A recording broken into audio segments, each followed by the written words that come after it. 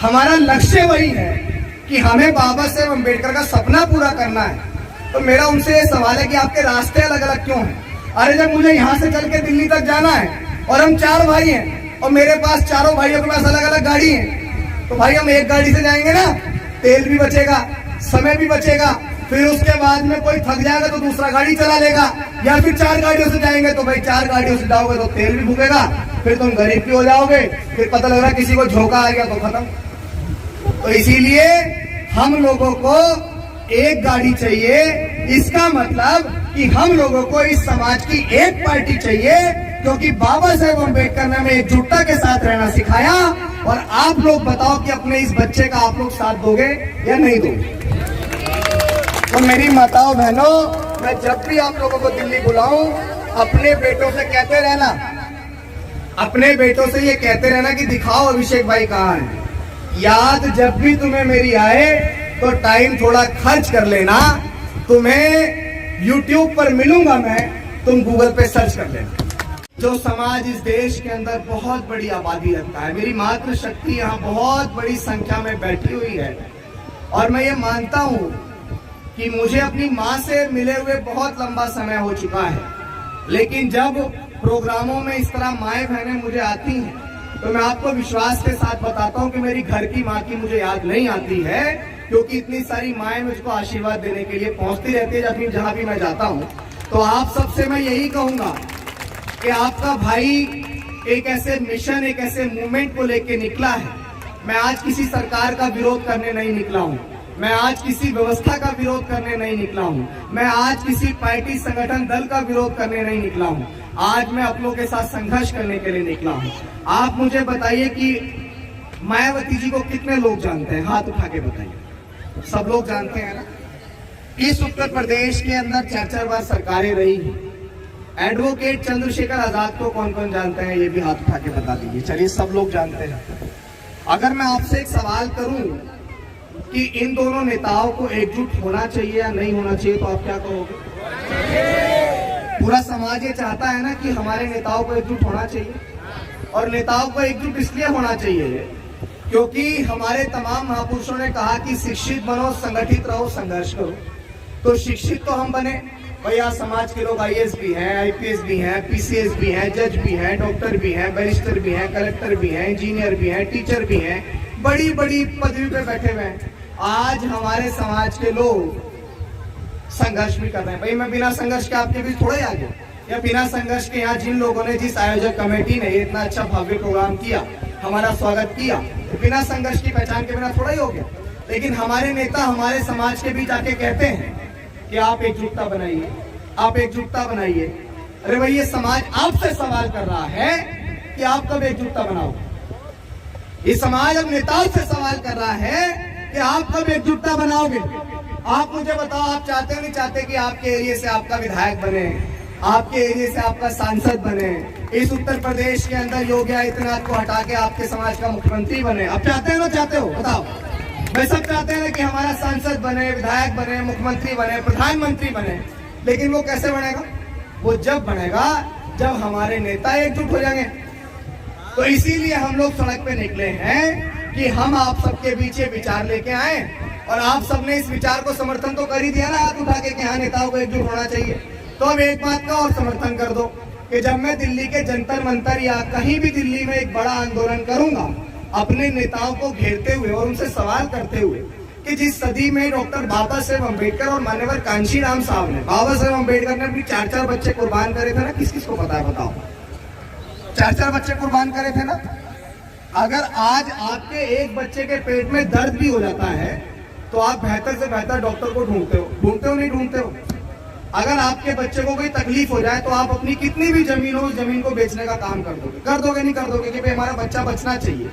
लेकिन आप सोचिए कि बाबा साहेब अम्बेडकर के पास, वो विदेश में पढ़ते थे, किसमें? अमेरिका। मुझे लगता है इस गांव का एक भी व्यक्ति आज तक अमेरिका नहीं गया होगा, आजादी का 78 साल बाद भी गया क्या कोई? लेकिन बाबा साहेब अम्बेडकर उस दौर में अमेरिका के विश्व की प्रसिद्ध यूनिवर्सिटी, कोलंबिया यूनिवर्सिटी के अंदर पढ़ रहे थे, और वो वहां पर भी पानी से ब्रेड भिगोकर खाते थे। मुझे लगता है कि मेरे समाज का कितना भी गरीब आदमी हो, आज अपना गुजारा करने के लिए पानी से ब्रेड भिगोकर तो नहीं खाएगा। खाएगा क्या? सब लोग बहुत अच्छा अच्छा खाना खाते हैं, लेकिन बाबा साहेब अम्बेडकर विदेश पढ़ रहे थे। वो इसलिए खा रहे थे पानी से ब्रेड भिगो के क्योंकि उनको स्कॉलरशिप मिली थी, पैसे सीमित थे और उस पैसे से वो चाहते तो अय्याशी कर लेते या चाहते तो पढ़ाई कर लेते। अब बाबा साहेब अम्बेडकर को पढ़ाई किसके लिए करनी थी भाई? उनके बच्चे एक जूं के बराबर भी आवाज ना आ जाए मेरे पास। उनके बच्चे घर में भूखमरी के कारण मर गए, कुपोषण के कारण मर गए।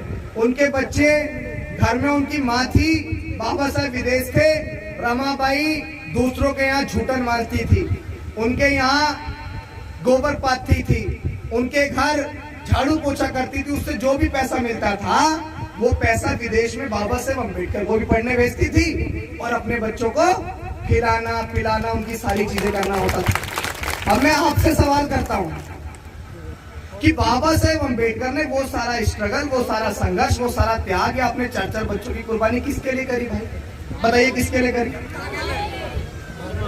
उस समाज के लिए जिस समाज को कभी नाई सम्मान से बाल भी नहीं काटता था, उस समाज के लिए जिस समाज का व्यक्ति कभी बेहतर से बेहतर शिक्षा भी हासिल नहीं कर सकता था, उस समाज के लिए जिस समाज का व्यक्ति आईएएस, आईपीएस, पीसीएस, जज, डॉक्टर, बैरिस्टर, कलेक्टर तो छोड़ दीजिए, जिस समाज का व्यक्ति छोटे से चपरासी की नौकरी भी नहीं कर सकता, जिस समाज का व्यक्ति सुबह शाम घर से बाहर भी नहीं निकल सकता, जिस समाज के व्यक्ति के गले में हांडी और पीछे झाड़ू हुआ करती थी, उस समाज को सम्मान का जीवन देने के लिए बाबा साहेब अम्बेडकर ने अपनी 4-4 बच्चे कुर्बान कर दिए।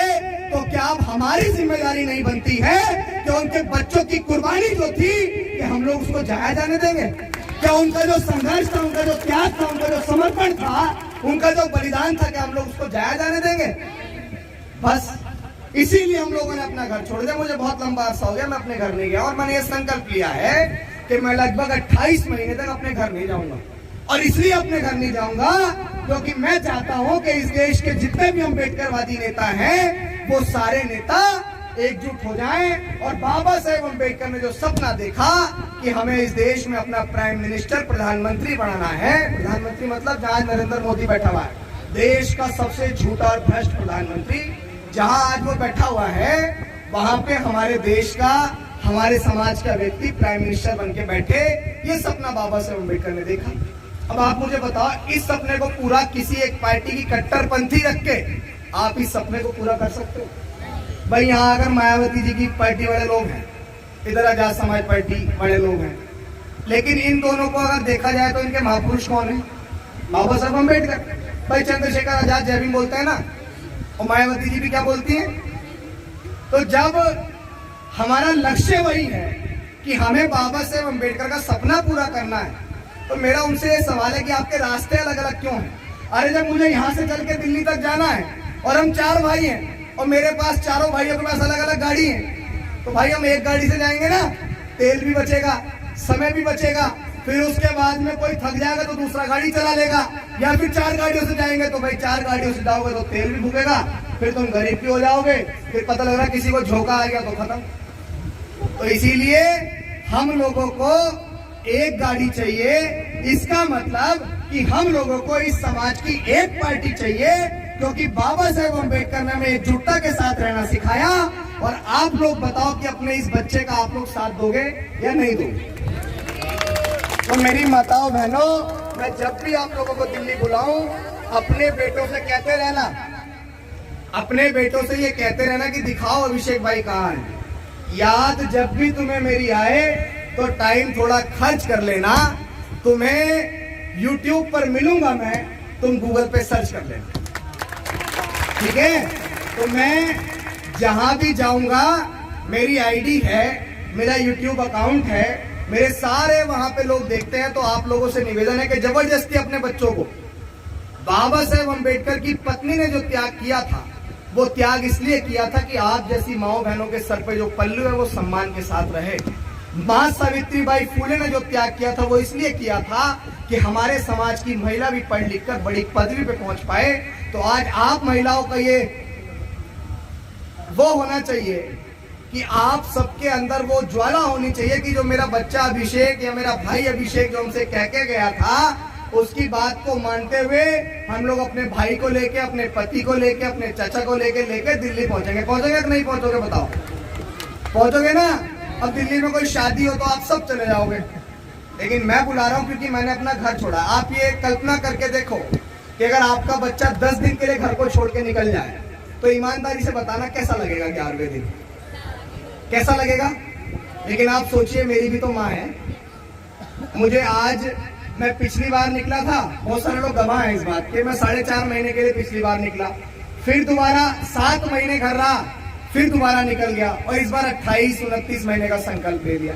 अगर मेरे दिमाग की बुद्धि फिर गई तो हो सकता है 2029 तक घर ही ना जाऊं, कि जब तक प्रधानमंत्री नहीं बन जाएगा जब तक घर ही नहीं जाऊंगा। तो आप सबसे ये निवेदन है कि आप सब अपने इस भाई की हिम्मत और इसके हौसले को बढ़ाने का काम करिएगा। और आपसे आखिरी में जितने भी मेरे साथी हैं उनको एक नज्म के साथ अपनी बात कहूंगा, अपने महापुरुषों के आंदोलन को आपसे बताऊंगा, और बड़े ध्यान से सुनना। पानी वानी तो पूछ लो यार।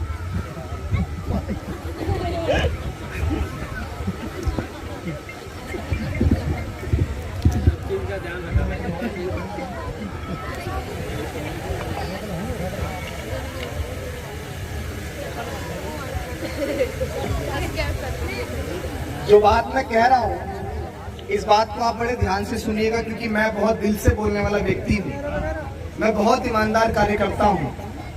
मैं आपके बीच अभी तक मैंने ये कहा कि मेरे पास वोट डालना, कहा तो नहीं मैंने। अभी तक मैंने ये कहा कि आप इस संगठन से जुड़ो, कहा तो नहीं मैंने। तो मेरा व्यक्तिगत कोई लालच किसी को कुछ नजर आ रहा है? मेरा इतना सा लालच है कि समाज का व्यक्ति देश का प्रधानमंत्री बन जाए तो हमारे महापुरुषों का सपना पूरा हो जाए। ठीक है, मैं नज्म आप सब लोगों से कह रहा हूँ, मेरे नौजवान साथी भी यहाँ खड़े हैं, जो मेरी ताकत है, और इन नौजवान साथियों के भरोसे से ही आज मैं पूरे देश के अंदर कहीं भी धाड़ पाता हूँ, तो इन सबके लिए भी जोरदार तालियां।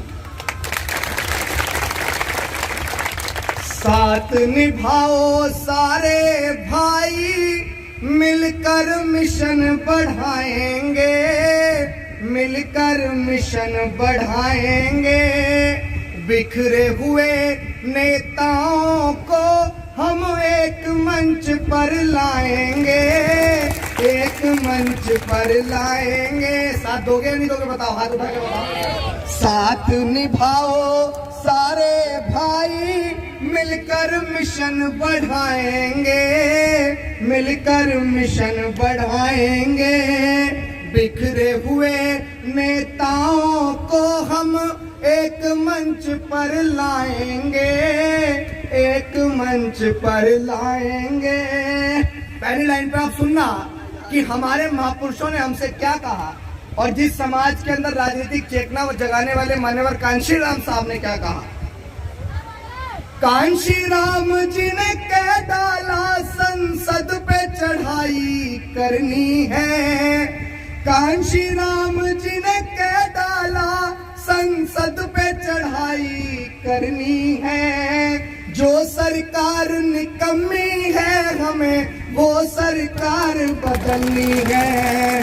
कांशीराम जी ने कह डाला, संसद पे चढ़ाई करनी है। जो सरकार निकम्मी है हमें वो सरकार बदलनी है। पूरे विश्व में भारत की एक अलग पहचान बनाएंगे, अलग पहचान बनाएंगे।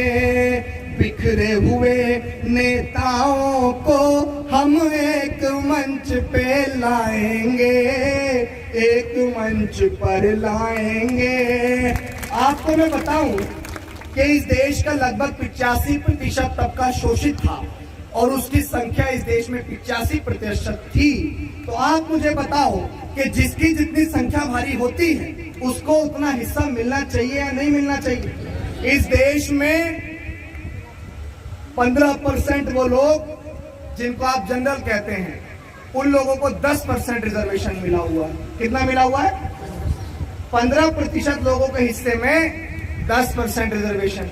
और हमारे हिस्से में कितना प्रिंस भाई बताओ? 22% संख्या को 15% नहीं मिला। 22% हमारी संख्या, और हमको रिजर्वेशन कितना मिल रहा है?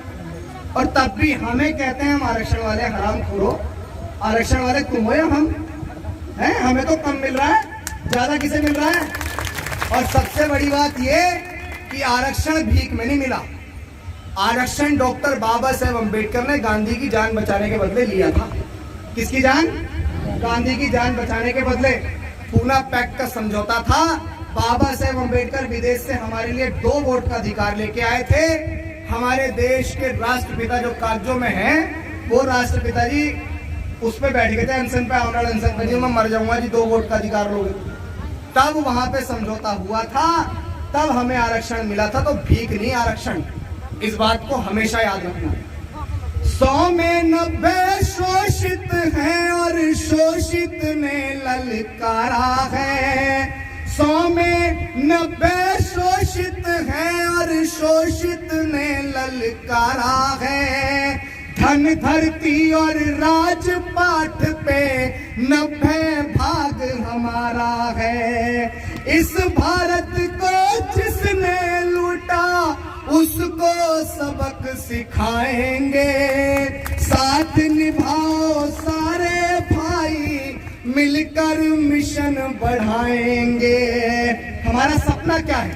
हमारे महापुरुषों का सपना क्या था? ये भारत कभी सोने की चिड़िया भारत कहलाता था, लेकिन चंद चालाक लोगों ने बाहर से आकर हमारे लोगों को गुलाम बनाया, फिर हमारे हाथ से हथियार छीन लिए, हमें कभी लड़ने का अधिकार ही नहीं दिया, इसलिए भारत गुलाम हो गया। वरना अगर हमारे हाथ में हथियार होते तो ना अंग्रेजों की हैसियत थी, ना मुगलों की हैसियत थी कि वो इस देश में राज कर लेते। लेकिन हमारे हाथ में तो हरामखोरों ने हथियार ही नहीं दिए। इसीलिए मैं ये बात कह रहा हूं, सोने की चिड़िया का भारत हमको फिर से बनाना है। बनाएंगे नहीं बनाएंगे? सोने की चिड़िया का भारत हमको फिर से बनाना है। दिल्ली की गद्दी का तख्तो ताज हमें हथियाना है। सपना हमारा लाल किले से, सपना हमारा लाल किले से हम झंडा फहराएंगे। साथ निभाओ सारे भाई, मिलकर मिशन बढ़ाएंगे। पहले इस मिशन से मोड़ दिए जाओगे, फिर किसी न किसी जुल्म से जोड़ दिए जाओगे। अरे साथियों, वक्त है हाथ से हाथ की जंजीर बनाते चलो, वरना किसी रेशम के धागे की तरह तोड़ दिए जाओगे। आपके पास समय है, एकजुटता बना लीजिए। ज्यादा बात ना कहते हुए यही कहूंगा कि हम अपने घर को छोड़ के निकले हैं, तो आप सबको ये दर्द समझना भी चाहिए। और आप सब अब ये बताइए आखिर में कि आप बहुजन नेताओं को साथ लाने वाली इस मुहिम में हमारे साथ हैं या नहीं? हमारे नेता साथ आने चाहिए। भाई मैंने अपना घर छोड़ा तो कुछ सोच के छोड़ा होगा, मैं कोई समर्थ परिवार से नहीं हूँ, आप सबके भरोसे से चल रहा हूँ। जो प्रिंस भाई ने कहा, हमारा एक नारा है और मैं उस नारे को यहाँ भी कहूँगा, और मैं यही कहूँगा कि आपने अगर मेरा साथ दिया तो मैं आपको यकीनन इस बात को कह रहा हूँ कि 2029 में हम आपको देश में पहला दलित प्राइम मिनिस्टर बना के देंगे, अगर आप लोगों ने हमारा साथ दिया। क्योंकि मेरे हौसले बहुत बुलंद हैं, मेरे हौसले इतने बुलंद हैं कि अभी मैं बहुत धीरे धीरे से मैं पूरे देश की यात्रा करने निकला हूँ। 28 राज्य हैं देश में, 28 राज्यों के अंदर मुझे जाना है। इसके बाद दिल्ली में हम लोग यात्रा करेंगे। तो अगर नेताओं को समझ आ गए तो ठीक है, वरना आंदोलन करने की तो हमें आदत है। डीएम कार्यालय को घेर लेते हैं तो डीएम झुकता है नहीं झुकता? भाई थाने को घेरते हैं तो एसएचओ झुकता है नहीं झुकता? फिर बाद में कहीं मुख्यमंत्री आवास घेर लेंगे तो मुख्यमंत्री झुकता नहीं झुकता? और हम तो वो लोग हैं जिन्होंने कई बार सरकारें झुकाई है। जब हमारे अधिकारों में बात आई है तो ये तो अपने, ये नहीं झुकने के, बताओ, ये तो अपने हैं। तो अपनों के विरुद्ध संघर्ष इसलिए हो रहा है कि यही जाके लोकसभाओं के अंदर जाएं, विधानसभाओं के अंदर जाएं और हम लोग अपने घर पे आराम से बैठ के काम करें। आखिरी में, अगर आप सबको लगता है कि हमारा आंदोलन सच्चा है, क्योंकि हम लोग अपने घर को छोड़ के निकल ही गए हैं, और जो साथी साथ में घूम रहे उनको भी पता है कि कोई नेता का सपोर्ट नहीं, कोई अभिनेता का सपोर्ट नहीं, आप सबके भरोसे से चल रहे हैं। तो मेरी माओ बहनों, आप सबसे ये भी कहूंगा कि 10, 20, 50, 100 का जो भी आप मुझे सहयोग कर सके तो आप सहयोग जरूर करिएगा आशीर्वाद के तौर पे। अगर आपको भरोसा हो कि आपका भाई सही उस मिशन के लिए निकला है, मैं निकला इसलिए हूँ कि आज भी हमारी माओ बहनों के बलात्कार होते हैं, आरोपी के पक्ष में पंचायतें होती हैं, आज भी हमें जाति के नाम पे मूछें रखने पे मार दिया जाता है, आज भी 9 साल के मासूम इंद्र मेघवाल को पानी का मटका छूने के लिए मार दिया जाता है। तो आप बताइए, क्या हम लोग आज भी मरने के लिए पैदा हुए हैं? क्या आज हम लोग आज भी हमारी बहन बेटों की इज्जत आप लोग लुटवाने के लिए पैदा हुए हैं? अरे मरने के बाद आंदोलन करना हमने नहीं सीखा, हमने जीते जी आंदोलन करके अपनी माओ बहनों की रक्षा करनी सीखी, और इसी के लिए मैं घर से बाहर निकला हूँ। तो अगर आपको लगता है कि आपके बच्चे का मिशन ईमानदार है, तो आप इसका साथ जरूर दीजिएगा। अपनी बेटी, अपने परिवार, अपने बच्चे को आप लोग शिक्षा की ओर जरूर भेजिएगा। और आखिरी में एक बात आप सबके लिए कहूंगा, हो इस तरह हौसले आजमाया करो, मुश्किलें देख कर मुस्कुराया करो। हो इस तरह हौसले आजमाया करो। मेरी माँ बहनों, मुझे लग रहा था मैं अभी बराबरी वाला सिस्टम नहीं कर रहा, इसलिए आ गया। हो इस तरह हौसले आजमाया करो, मुश्किलें देख कर मुस्कुराया करो। दो निवाले भले कम ही खाया करो, अपने बच्चों को लेकिन पढ़ाया करो, अपने बच्चों को लेकिन पढ़ाया करो। ये जमाना आप सबको अनपढ़, जाहिल, गंवार देखना चाहता है। अगर आप भी अपने बारे में नहीं सोचेंगे, ये जमाना नहीं चाहता कि आप इस देश के हिस्सेदार बने या प्रधानमंत्री बने। अगर आप भी अपने बारे में नहीं सोचेंगे तो 7 समुंदर पार से आपको समझाने कोई नहीं आएगा। इसलिए मैं आपसे कहूंगा कि बेटों और बेटियों के बीच कोई भेदभाव नहीं करना चाहिए। जितनी हमारी बेटियां पढ़ना चाहती हैं उनको पढ़ाना चाहिए, जितने हमारे बेटे पढ़ने चाहिए उनको पढ़ना चाहिए। और बिना पढ़े हमारा मूवमेंट सफल नहीं हो सकता है। नशे से दूर रहो और शिक्षा से आगे बढ़ो। मैं आखिरी में एक और नज्म आपसे कह देता हूँ।